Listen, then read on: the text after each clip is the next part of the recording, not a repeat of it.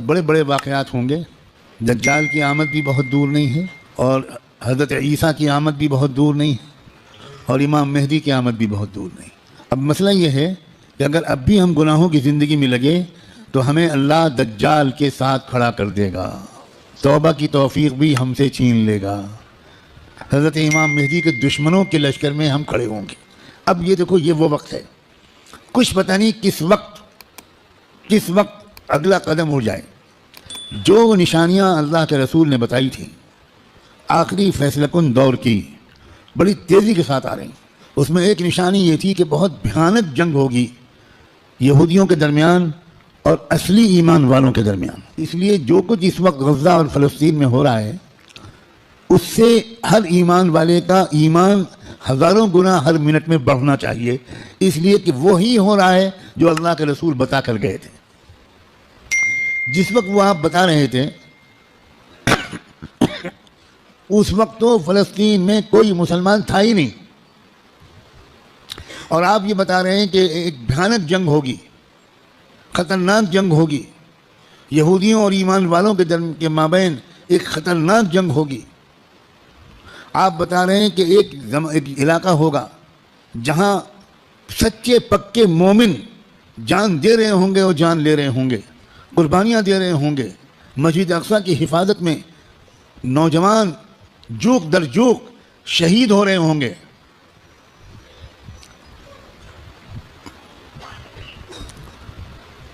اور اللہ وہاں کے مجاہدوں سے سب سے زیادہ خوش ہوگا. اصلی ایمان والے وہیں پر ہوں گے. یہاں تک کہ جب صحابہ نے پوچھا کہ یہ لوگ جن کے بارے میں آپ کہہ رہے ہیں سچے پکے مومن، یہ کہاں ہوں گے؟ آپ نے فرمایا یہ بیت المقدس اور اس کے چاروں طرف ہوں گے، مسجد اقصیٰ اور اس کے چاروں طرف ہوں گے. بالکل ٹھیک وہی جو کچھ آپ نے فرمایا تھا اس وقت وہاں ہو رہا ہے. ہم لوگ اسی زمانے میں ہیں. آپ اس سے خوش ہوں یا آپ اس سے ناراض ہوں، ہم کو اللہ نے وہی زمانہ عطا فرمایا جس میں ہم اپنی آنکھوں سے اللہ کے رسول کی بات کو سچا پکا ہوتا ہوا دیکھ رہے ہیں. تو اس وقت وہاں جو ہو رہا ہے اس سے ہر لمحے ایمان کو بڑھنا چاہیے ہمارے. یہ ہمارا ایمان کی مضبوطی کے وجہ. لوگ الٹا سمجھ رہے ہیں یہ جو کچھ وہاں پر ہو رہا ہے اس سے خوف اس کے دل میں آ رہا ہے جو سمجھا ہوا نہیں ہے، ڈر وہ رہا ہے جو سمجھا ہوا نہیں ہے. لیکن جو سمجھا ہوا ہے قرآن و حدیث کو، اللہ کے رسول کی باتوں کو، وہ یہ کہہ رہا ہے کہ یہی تو وہ فرمایا تھا اللہ کے رسول نے، جو ہو رہا ہے وہی ہو رہا ہے جو اللہ کے رسول فرما کر گئے تھے. اس کا مطلب یہ ہے کہ آپ کی نبوت برحق ہے، آپ سچے رسول ہیں. آپ نے اس وقت یہ فرمایا تھا جب اس کے کوئی آثار نہیں تھے. اب آپ نے جو آئندہ کے بارے میں فرمایا تھا کہ جو ہوگا، جب وہ ہو رہا ہے اور پچھلے 6 مہینے سے ہو رہا ہے، بلکہ پچھلے 75 سال سے ہو رہا ہے، جو اللہ کے رسول بتا کر گئے تھے، تو اس کے بعد میں جو ہوگا اس مقابلے کا آخری انجام، اس کے بارے میں اللہ کے رسول نے جو کچھ فرمایا وہ بھی یقیناً ہو کر رہے گا. اور وہ کیا ہوگا؟ وہ یہ ہوگا کہ اللہ کے کلمے کا بول بالا وہاں سے پھیلنا شروع ہو کر پورے عالم کی ہر کچی پکے گھر میں اللہ کا کلمہ داخل ہوگا. پوری زمین پر انصاف کا نظام قائم ہوگا، اللہ کا حکم چلے گا، باطل ٹوٹے گا، حق کا غلبہ ہوگا. ایمان والوں کو اللہ تعالیٰ عزت، حکومت، اقتدار، طاقت، غلبہ دیں گے، ان کی قربانیوں کے انعام کے طور پر ضرور دیں گے. اور پھر دجال کا قتل ہوگا، دجال سے چھٹکارا ملے گا.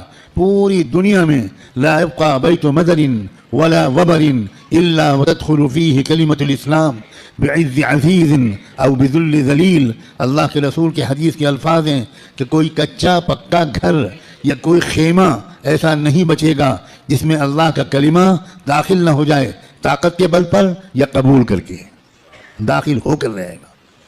اس لیے لوگوں، یہ بہت چوکنا رہ کر جینے والا زمانہ ہے. اگر اسی طرح غفلت میں رہے جس طرح اب تک جی رہے ہیں تو ہمیں خبر بھی نہیں ہوگی، اور اللہ کی طرف سے فیصلہ ہو چکا ہوگا کہ اس نالائق، فاسق، فاجر، خطاکار، گنہگار مسلمان کو میں دجال کا ساتھی بناؤں گا. یہ امام مہدی کا ساتھی نہیں بنے گا، یہ حق کا ساتھی نہیں بنے گا، یہ سچ اور انصاف کا ساتھی نہیں بنے گا، یہ مظلوموں کا خادم نہیں بنے گا، یہ ظالموں کا ایجنٹ بنے گا، یہ ظالموں کا مخبر بنے گا، یہ ظالموں کا دلال بنے گا، 4 پیسے کے لیے تھانے پہ جا کر مخبری کرے گا۔ یہ فیصلہ کسی لمحے ہم میں سے کسی کے بارے میں ہو سکتا ہے۔ یاد رکھنا، میں نے اللہ کی توفیق سے اپنی بساط کے مطابق بہت لمبی بات کو چند جملوں میں سمیٹ کر آپ کے سامنے رکھ دیا ہے۔ قسم کھا کے کہتا ہوں، اس میں ذرا بھی مبالغہ نہیں ہے، فیصلے کا دن قریب ہے۔ اب اگر گناہوں کی طرف واپس لوٹے، اب اگر پچھلی زندگی کی طرف واپس لوٹے، جن غلطیوں کو چھوڑنے کا فیصلہ کیا ہے، بار بار اللہ تعالیٰ سے عہد کیا ہے، بار بار رو رو کر انفرادی اور اجتماعی طور پر یہ ارادہ کیا ہے کہ اب گناہ کی طرف واپس نہیں جائیں گے، دوستو اب اگر واپس گئے تو پتہ نہیں پھر دوبارہ توبہ نصیب ہوگی کہ نہیں، کیونکہ یہ جو دن اب آ گیا زمانہ، اس زمانے کو پہچاننا علماء کا فرض ہے۔ علماء کی ذمہ داری ہے کہ وہ اس دور کو پہچانیں۔ پچھلے دور کی روایتی باتوں سے کام نہیں چلے گا، اب آپ کو اکابر علماء کے پاس رہنا پڑے گا، کچھ مہینے گزارنے پڑیں گے، تربیت لینی پڑے گی، ان کا اعتماد حاصل کرنا پڑے گا۔ جب اعتماد ہوگا تب وہ آپ کو خاص باتیں بتائیں گے، تب وہ آپ کو اپنے سینے کا علم منتقل کریں گے، تب آپ کو وہ امانت سونپیں گے، آپ کو ایک ذمہ داری سونپیں گے کہ بھئی کس طرح امت کے عوام اور خواص کو، امت کے مردوں اور عورتوں کو، اور خاص طور پر امت کے نوجوانوں کو کس طرح سنبھالنا ہے۔ سب سے زیادہ بنیادی بات اس وقت مجھ کو اپنے سے بھی کہنی ہے اور آپ سے بھی، وہ ہے استقامت۔ اب جمنا ہے، کہو انشاءاللہ۔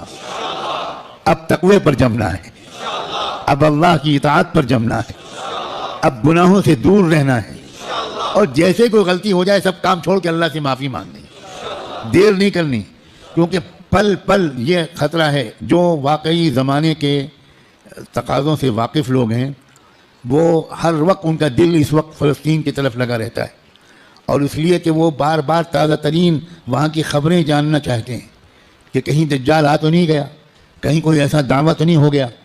یہ غفلت کے ساتھ زندگی کے دن نہیں ہیں، غفلت کے ساتھ گزارنے والے دن نہیں ہیں، یہ بہت ہوشیاری کے دن ہیں۔ اور یہ بھی یاد رکھنا، الٹے سیدھے مقرروں اور مولویوں، الٹے سیدھے جو اپنے آپ کو عالم کہتے ہیں اور ہیں وہ جاہل، ان کی باتوں کے چکر میں مت آنا۔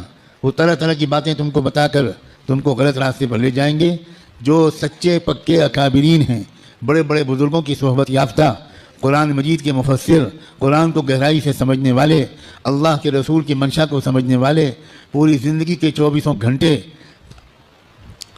اللہ کے دین کی خدمت میں گزارنے والے، جن پر وقت کے سارے بزرگوں نے اعتماد کا اظہار کیا، ان کی بات ماننا ہے۔ ورنہ سوشل میڈیا پہ جاؤ تو 50 انجینئر ملیں گے، اور 50 ڈاکٹر ملیں گے، اور 50 طرح طرح کے لوگ ملیں گے جو اسلامی پروگرام چلا رہے ہیں۔ ہمارے نوجوانوں کو نہیں معلوم کہ اسلام کی ویب سائٹس کے نام سے جو ویب سائٹس چل رہی ہیں، اس میں سے تقریباً 70% یہودیوں کی ویب سائٹس ہیں، اور باقی قادیانیوں کی ویب سائٹس ہیں، کچھ ہمارے ملک کے ہندوؤں کی ویب سائٹس ہیں جو اسلام کے نام پر چل رہی ہیں، اور اس میں قرآن کا درس ہوتا ہے، احادیث کا درس ہوتا ہے، مسئلے بتائے جاتے ہیں، اور ہمارے نوجوان وہ بیچارے بجائے علماء سے جڑنے کے وہ سوشل میڈیا سے مسئلے معلوم کرتے ہیں۔ ابھی مجھ سے چند دن پہلے یہیں کسی نوجوان نے پوچھا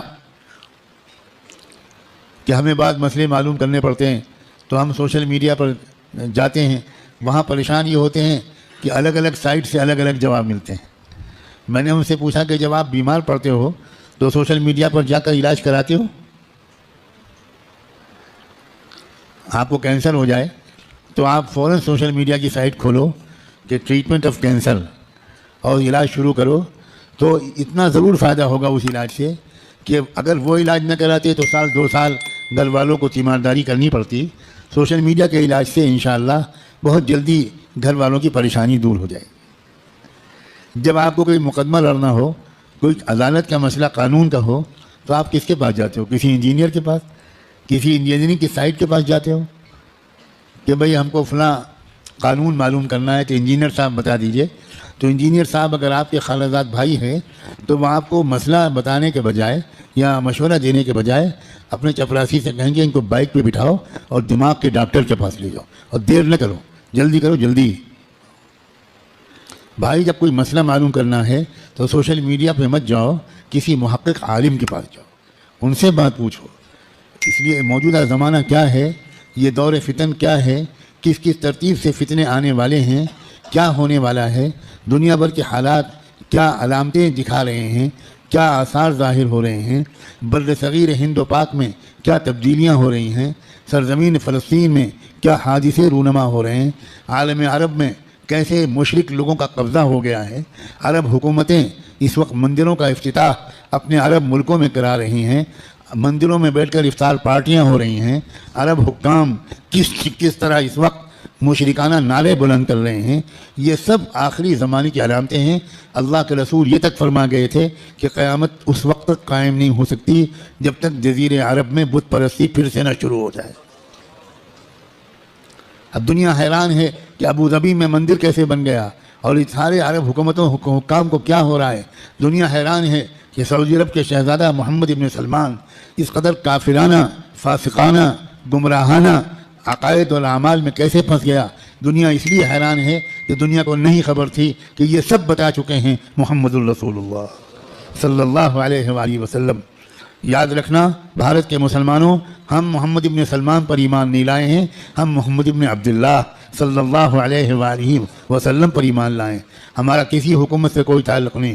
اے سعودی حکومت کے گمراہ بادشاہوں، اے دبئی اور ابو ظبی کے گمراہ حکمرانوں، ہمارا تم سے کوئی تعلق نہیں، ہمارا تعلق محمد مصطفیٰ احمد مجتبیٰ سے ہے، ہمارا تعلق قرآن سے ہے، ہمارا تعلق حدیث سے ہے، ہمارا تعلق حرم شریف کے جدید ہوٹلوں سے نہیں ہے، ہمارا تعلق مکے اور مدینے کے ان یادوں سے ہے، ان واقعات سے ہے جن کا سلسلہ شروع ہوا تھا محمد الرسول اللہ کی پیدائش سے۔